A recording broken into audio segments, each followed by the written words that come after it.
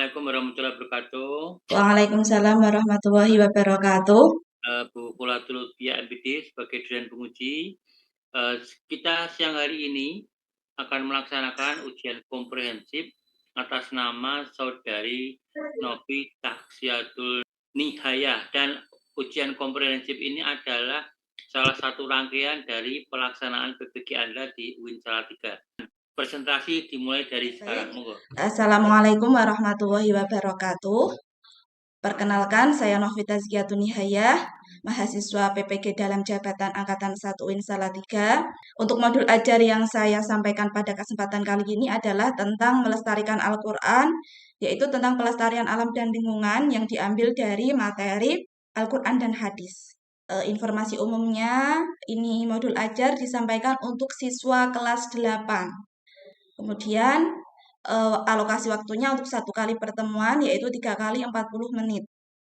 Tujuan pembelajaran, melalui metode mind mapping ini, peserta didik dapat memahami kandungan ayat Al-Quran tentang ajakan dalam melestarikan alam dan menghindari perusakan.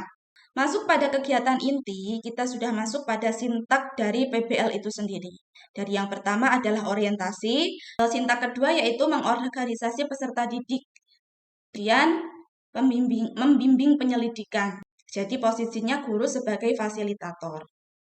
Kemudian mengembangkan dan menyajikan karya. Peserta didik mempresentasikan hasil peta konsepnya di depan kelas. Dan yang terakhir adalah menganalisis dan mengevaluasi. Jadi peserta didik melakukan refleksi individu tentang apa yang telah dilakukan selama pembelajaran.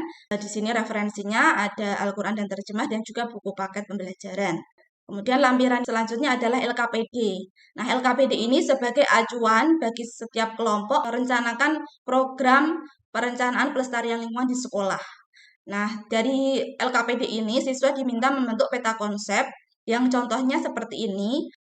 Kemudian ini rubrik penilaiannya. Rubrik penilaian yang pertama adalah rubrik penilaian dari guru. Kemudian penilaian yang kedua diambil dari penilaian antar kelompok. Demikian hasil presentasi saya tentang modul ajarnya. Terima kasih. Bu Novi, begini, Anda pernah belajar teori belajar ya di pendalaman materi dulu? Ada berapa itu teori belajar?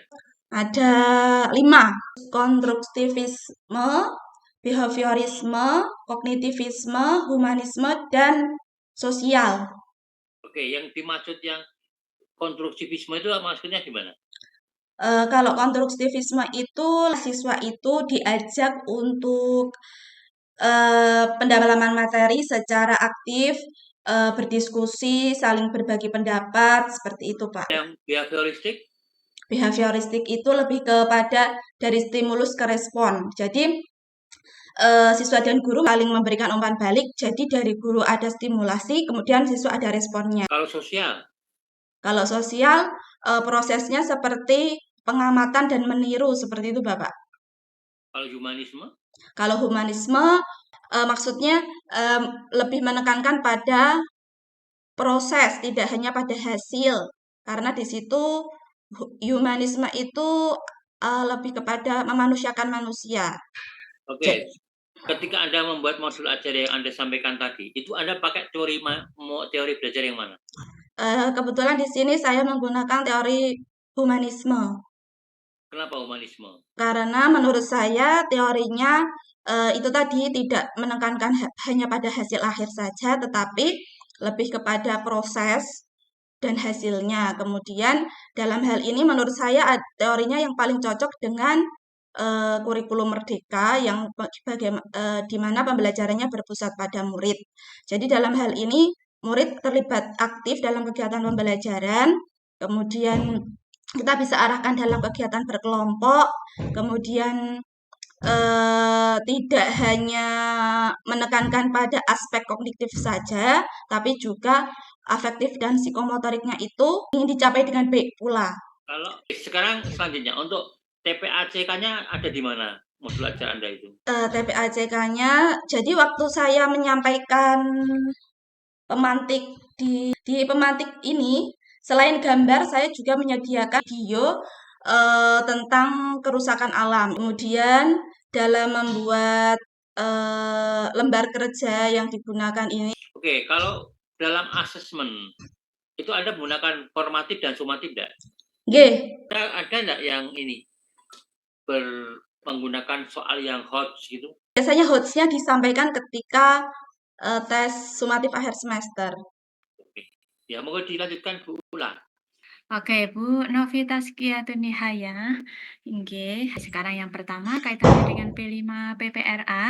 Coba Ibu bisa jelaskan apa itu P5 PPRA, bagaimana pelaksanaannya, kemudian apa tujuan dan maksudnya. Begitu, monggo. Ya, terima kasih Bu. Jadi P5 PPRA itu adalah proyek perencanaan profil pelajar Pancasila, di mana dalam hal ini dalam kurikulum Merdeka diharapkan siswa itu pembelajaran tidak hanya pada segi kognitif saja, tapi secara afektif dan juga psikomotoriknya berkembang. Nah, maka dilakukanlah proyek penguatan profil pelajar Pancasila itu sendiri. Nah, tujuannya adalah agar siswa lebih mendapatkan pembelajaran secara bermakna dan juga keterampilan-keterampilan hidup. Nah, kebetulan di sekolah kami setiap tahunnya sudah melaksanakan kegiatan proyek P5 itu 1 tahunnya 3 proyek seperti itu. Kemudian untuk apa profil pelajar yang dicantumkan dalam modul ajar tadi, ya Ibu, profilnya apa itu? Oke, profilnya pelajar Pancasilanya adalah keteladanan, gitu ya, sama P5-nya bernalar kritis misalnya. Yang bernalar kritis coba Ibu bisa tunjukkan di mana itu bernalar kritis diintegrasikan dalam aktivitas apa? Nah, bernalar kritis ini ditunjukkan dalam kegiatan berdiskusi dan juga bukan sesi tanya jawab dan juga umpan balik dalam kegiatan presentasi. Yang kedua PTK, Ibu sudah nyusun PTK-nya sampai apa? Ya, baru proposal, Bu. Proposal ya. Oke. Judulnya apa? Peningkatan hasil belajar PAI melalui PBL atau Project Based Learning dengan materi inspirasi Al-Quran, yaitu pelestarian alam dan lingkungan. Permasalahan yang didapati apa itu? Permasalahannya memang berlatar belakang dari keadaan sekolah kami sendiri, di mana banyak anak-anak atau siswanya itu yang masih kurang peka terhadap lingkungan sekitar. Misalnya masih banyak yang membuang sampah di dalam laci. Masalahnya sudah tampak, kemudian ditreatment dengan pakai PBL, gitu ya? Ya. Oke, nah langkah-langkah penelitiannya? Nah, nanti rencananya dalam langkah penelitian ini akan dilakukan 2 siklus.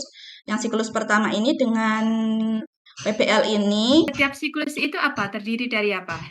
Perencanaan, kemudian ya pelaksanaan. Ya, terus kemudian Evaluasi ya. hasilnya. Berarti itu diobservasi, Iya, diamati, dinilai. Oh, oke. Sudah terlihat nih ada surat Hud ayat 61. Sudah, Ibu. Oke. Bu Novi bisa dibacakan gitu?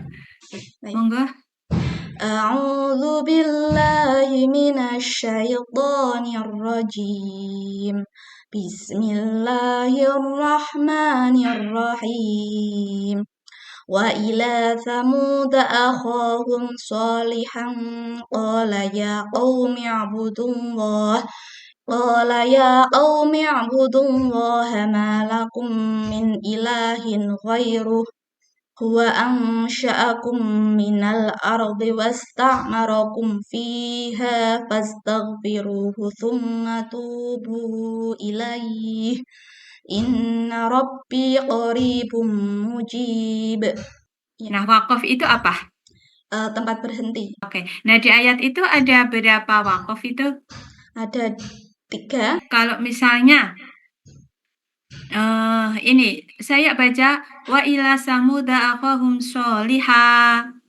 Iya, sholiha.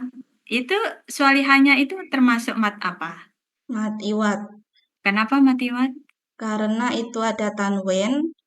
Kemudian sesudahnya ada alif dan dibaca berhenti. Ada mat wajib atau mat jaiz? Tsumma tubu ilaih. Mat jaiz munfasil. Iya, mat jaiz karena dia terpisah Iya. mat tabi'inya dengan hamzah. Baik, saya cukupkan dan saya kembalikan pada Prof. Win. Oke ya, terima kasih Bu Ula. Demikian ujian kompre atas nama Bu Novi. Silakan untuk lab dan terima kasih. Assalamualaikum warahmatullahi wabarakatuh.